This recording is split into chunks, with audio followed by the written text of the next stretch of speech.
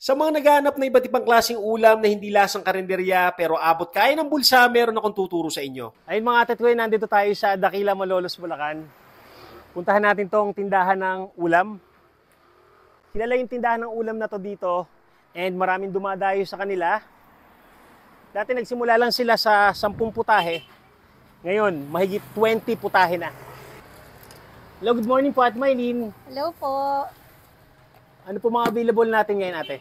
Ayan po, meron po kaming bestseller na pork sisig, dinakdakan, saka po kalderetang ribs, pata kare-kare, crispy kare-kare, saka may nilagang baboy, Oy, may bagong dating luto, Ang dami, chicken curry. ilang putahe po meron tayo dito ate? Ngayon, ang naluluto pa lang po namin 20 putahe, pero 25 putahe po yan. Araw-araw po yan? Araw-araw po yan. Ate, tanong lang, araw-araw po naubos to? Yes po, hanggang gabi po Galing. kami, hanggang 8 p.m. Pero yung mga customer nyo po, saan po mga galing? Puro dito lang sa Dakila? Hindi po, may mga dumadayo po. Talaga? Opo. Saka may mga rider din po na nag-order dito. Matagal na po ba tong tindahan nyo ng ulam? Mag-1 year na po sa December 9. Usually ate, magkano po yung mga tindahan yung ulam dito? Meron po kaming sa Shanghai 10 pesos, sa gulay po 40 pesos. Ito, Tapos pinakbet. po yung mga 50 pesos na po yan. Sorry. Lahat po na to, puro 50 pesos na po Opo. ito. Tapos Simulan po natin dito. Ito, meron silang Bicol Express, 50 pesos. Meron din crispy kare-kare. Pata ka. Ayan, 80 pesos to. Meron ditong pinakbet. 40 Meron pesos. ding menudo, 50 pesos. Pork Ayan, broccoli. ito po, pork broccoli, 50 pesos. Oh, may hamonado pa, pang piyesta, 50 pesos din. Opo. Kaldereta, 50. Ano po tong kaldereta na to? Ribs po, baboy. Kalderetang ribs. Opo, baboy. Meron din silang chicken barbecue, ayan. Meron din pork steak. Meron din silang Dinakdakan tortang po. dilis, 35 pesos. Shanghai, Dinakdakan. 10 pesos ang isa. Meron ding dinakdakan. bopis, ayan. Ano po tawag dito? Chicken curry po Chicken ba to? curry. Magkano po dito? 50 pesos din po. Dito naman po sa bangus po. Magkano po? May 40 po yung may 30 po yung buntot, gilid po 40, 50 po yung ulo. Okay. Dito naman po sa tulingan, ginataang tulingan, tama po? 60 pesos po. 60 pesos. Grabe. Napakaraming putahe dito. Siguradong magugulahan kayo kung ano pipiliin nyo. Dahil itsura pa lang ay mukhang masarap na, kaya tikman natin yan. Hindi ko alam mo ordering ko ate. Ano best seller natin ate? Pork sisig, dinakdakan, saka po kaldereta, kare-kare, Oo. nilagang baboy po, saka pinakbet. Ayan po yung mga bestseller. Siyempre di naman natin matitikman lahat to dahil sobrang dami. Ordering ko na lang yung mga best seller nyo. Alis lahat. Pero seryoso ate, lahat to Opo. naubos lahat? Araw-araw? Opo. Ang dami nito, oh. Tingnan nyo, oh. Tingnan nyo kung gaano karami yung mga tindang ulam nila Ate Maylene.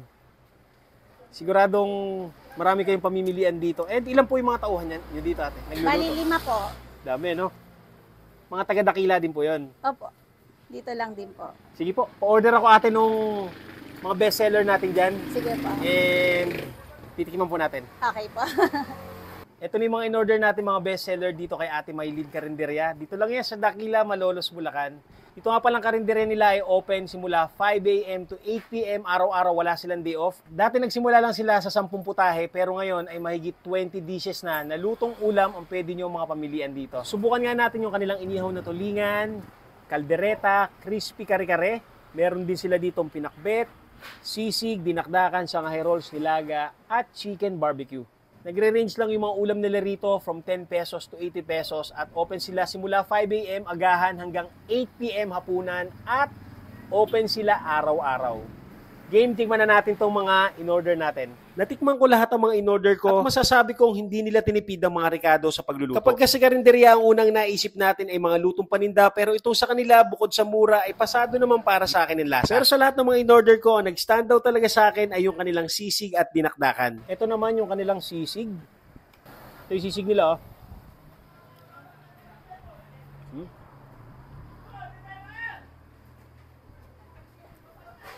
Alam ko na kung bakit nakakarami siya ng palanggana nito. Lasang-lasa mo yung mayonnaise at medyo manamis-namis yung lasa niya. Sarap to sa kanin, promise. Sarap to. Ito naman yung dinakdakan nila, oh. Game. Mm. Sarap din yung lasa nung dinakdakan nila. Naglalaban yung lasa nung sibuyas, nung luya, saka yung creaminess nung mayonnaise. Sarap din to. Sarap nito. Sarap sa kanin, ang sarap ipulutan. Promise. Kaya pala nakakarami sila nitong dinakdakan, saka yung sisig. Sarap, promise. Kapag gusto niyo masubukan yung mga lutong ulam ni Ate Mylene, dito lang sila sa Daisy Street, Dakila, Malolos, Bulacan. Open sila 5 a.m. to 8 p.m. araw-araw. Simula agahan nyo na hanggang hapunan na yon. Kapag wala na kayong panahon magluto at naghahanap kayo ng mga nagpapa-order ng mga lutong ulam, subukan nyo rito kay Ate Mylene. Sarap ng sisig nila, ang sarap ng dinakdakan. Halos lahat masarap. Presyong abot kaya. Kain tayo mga ate at kuya.